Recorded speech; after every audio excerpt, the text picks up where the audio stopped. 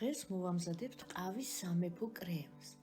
ეს კრემი არის ერთ-ერთი საუკეთესო და ძალიან გემრიელი კრემი. ამის რეცეპტი აუცილებლად უნდა ჰქონდეს ყველას. 4 კვერცხიდან გულები და ცილა განვაცალკევოთ. ამ ცილით მე ნამცხვრის ბეზეს ფენა და პატარა ბეზეები გამოვაცხე გასაფორმებლად. უამრავი რეცეპტი არსებობს, რომ ეს ცილა გამოიყენოთ.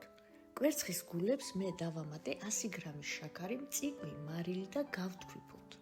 გავთქვიფოთ გათეთრებამდე. კარაქიც უკვე გადმოვდგე, რადგან ოთახის ტემპერატურის გვჭირდება, კვერცხის გულები კი თქვეფაში აი ასე უნდა გათეთრდეს. დავამატე 1 კილა შესქელებული რძე. გავთქვიფოთ უკვე დაბალ სიჩქარეზე და კარგად შევურიოთ ერთმანეთს.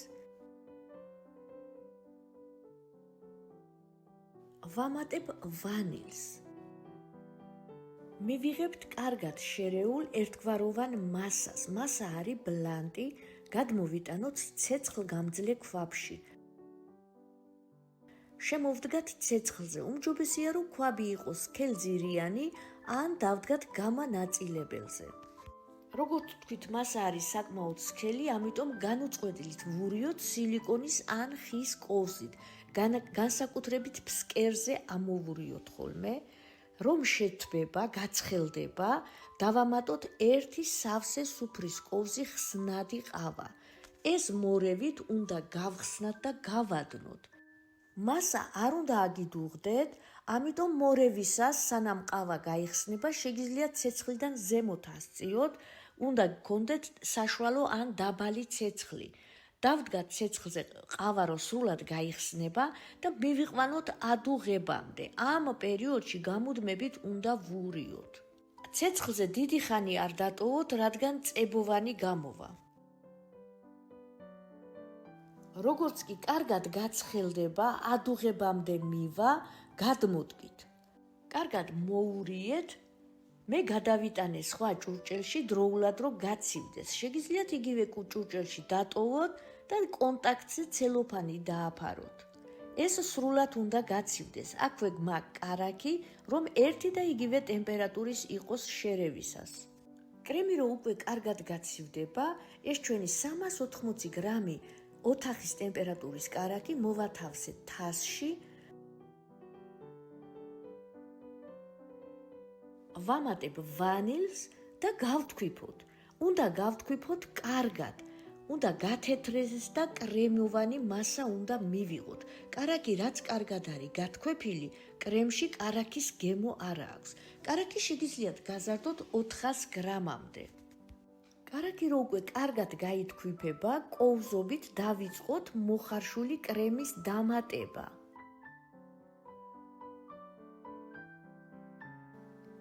ყოველ დამატებაზე ვთქვეფავთ და კარგად შევურიოთ. შუა თქვებისას კარაქი მოვაგროვოთ გვერდებიდან და ფსკერზეც, რომ ერთნაირად გაითქვიფოს და ერთნაირად შეერიოს კრემი. საბოლოოდ მივიღებთ აი ესე კარგად გათქვეფილ ყავის კრემს.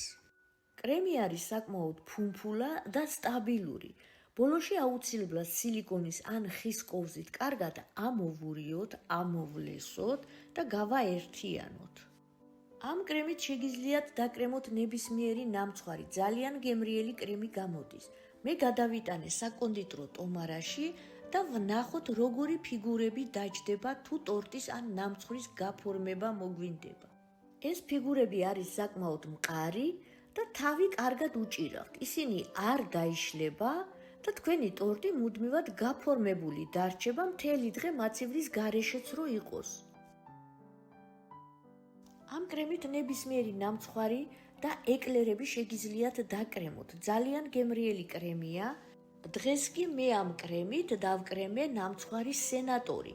გარედან მოვლესე, საუკეთესოდ ილესება ტორტები და შეგიძლიათ კრემის ფიგურებიც დასვათ.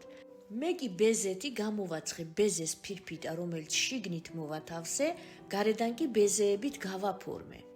ამ ტორტის ლინკი გამოჩნდება ახლა ზემოთ ვიდეოში და დაგიტოვებთ ამ ვიდეოს აღწერაშიც.